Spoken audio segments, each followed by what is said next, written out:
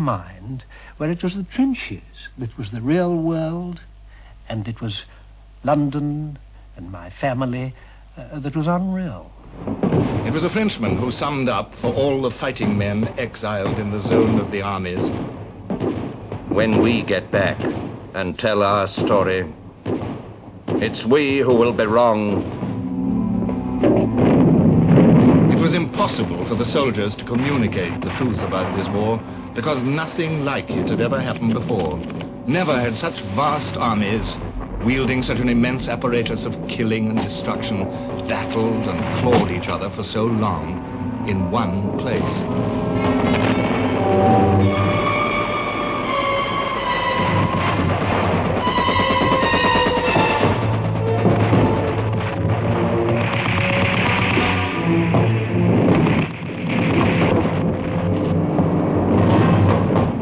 Flesh and blood and nerves could only stand so much. Well, I suppose there's a limit to everything, but what with the mud of the Somme and the mud of Passchendaele, to see men keep on sinking into the slime, dying in the slime, I think it absolutely finished me off, because I knew for 3 months before I was wounded that I was going to get it. And there was one time when the ammunition wagons were coming up, and I'd been in this mud right up to my waist, and I thought, well, this is it. I'll put my leg under the wagon. And I did. I got as close to that wagon as possible, and I just couldn't do it. But I think I was broken in spirit and mind. By the end of 1917, every army had shown the effects of this unremitted strain, eating away morale. Newcomers might still be eager, still imbued with the enthusiasm of earlier years. They were startled at what they found. You see, when I joined up, I was dead scared I wouldn't get out to France before it was over. I thought it would be over before I get there. And when I got there, when I got into the line, I remember writing back home saying, but the heart's been blown out of these people.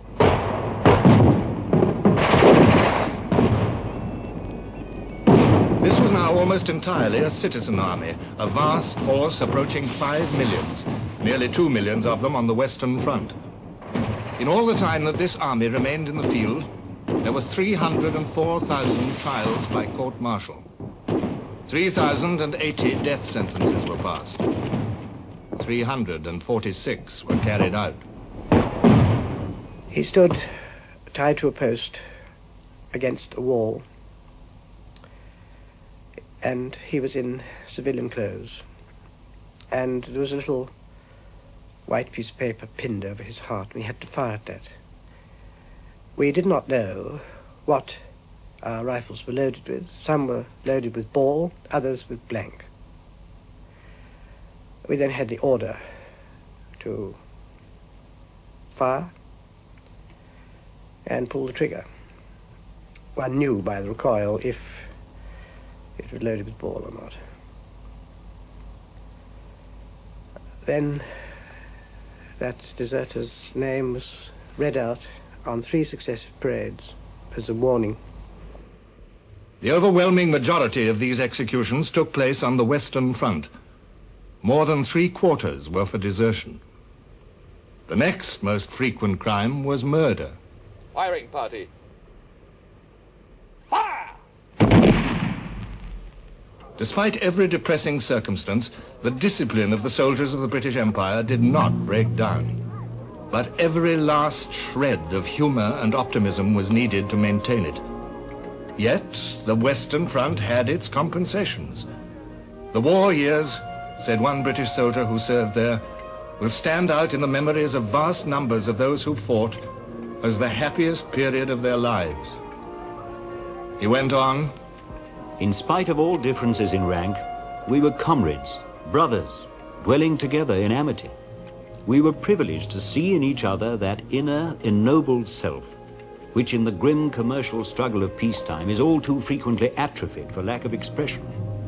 We could note the intense affection of soldiers for certain officers, their absolute trust in them. We saw the love, passing the love of women, of one pal for his half-section. We were privileged, in short, to see a reign of goodwill among men, which the piping times of peace, with all their organized charity, their free meals, free hospitals, and Sunday sermons, have never equaled. Otherwise, we could not have stuck it. The code of frontline behavior became the only one worth having.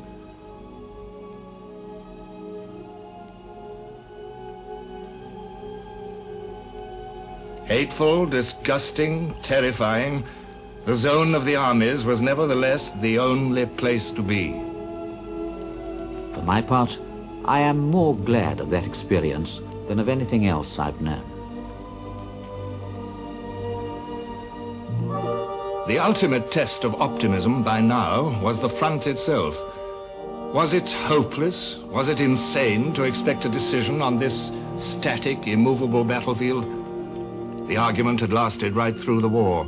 It reached the extremes of bitterness in 1917. On the one hand were those who believed, and constantly repeated, that the Western Front was a hopeless arena. Their chief spokesman was Britain's Prime Minister, David Lloyd George. The Allied strategy in France had been a sanguinary mistake which nearly brought us to irretrievable defeat.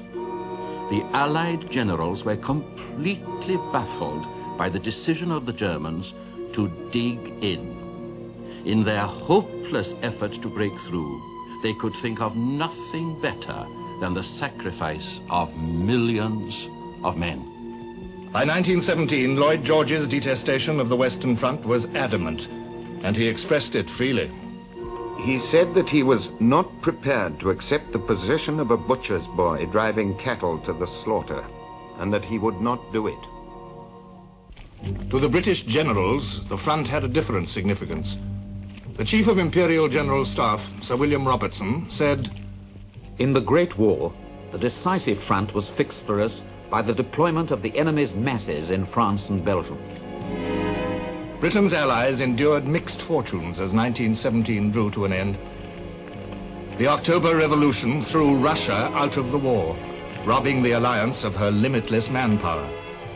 And the United States of America, after 8 months of war, could only place 4 divisions in France, only 1 in the line. Italy sustained a loss of over 300,000 men in 3 weeks at Caporetto. British and French divisions had to be rushed to her aid. The one satisfactory feature was the revival of France. Carefully nursed by its commander-in-chief, General Pétain, the French army slowly recovered its courage and dash. The French nation, too, found new spirit, embodied as so often in one man. On November the 15th, Monsieur Georges Clemenceau became Premier of France. He was 76 years old, a radical of the sternest breed, called the Tiger. Winston Churchill wrote, As much as any single human being can ever be a nation, he was France. When Clemenceau addressed the French Chamber of Deputies for the first time as war premier, he told them, We stand here before you with but one thought, to pursue the war relentlessly. No more pacifist campaigns, no treachery, no semi-treachery, only war, nothing but war. Clemenceau believed firmly in the Western Front, where the deadlock now seemed complete. In a sense, the deadlock was the war. The evil of the Western Front was its immobility. The immobility was created by the deadlock. The deadlock was the even balance of trenches, barbed wire and machine guns against the artillery, which alone could destroy them, but in doing so turned the ground into a wilderness of craters and made impossible the very movement it was intended to produce. Now it was November. Haig planned a final stroke on the front of the British Third Army under General Sir Julian Byng. Here, opposite Cambrai, the ground was firm. Grass grew across a no-man's land which was reasonably level. No shattering bombardments had torn this up and turned it into a bog. This was tank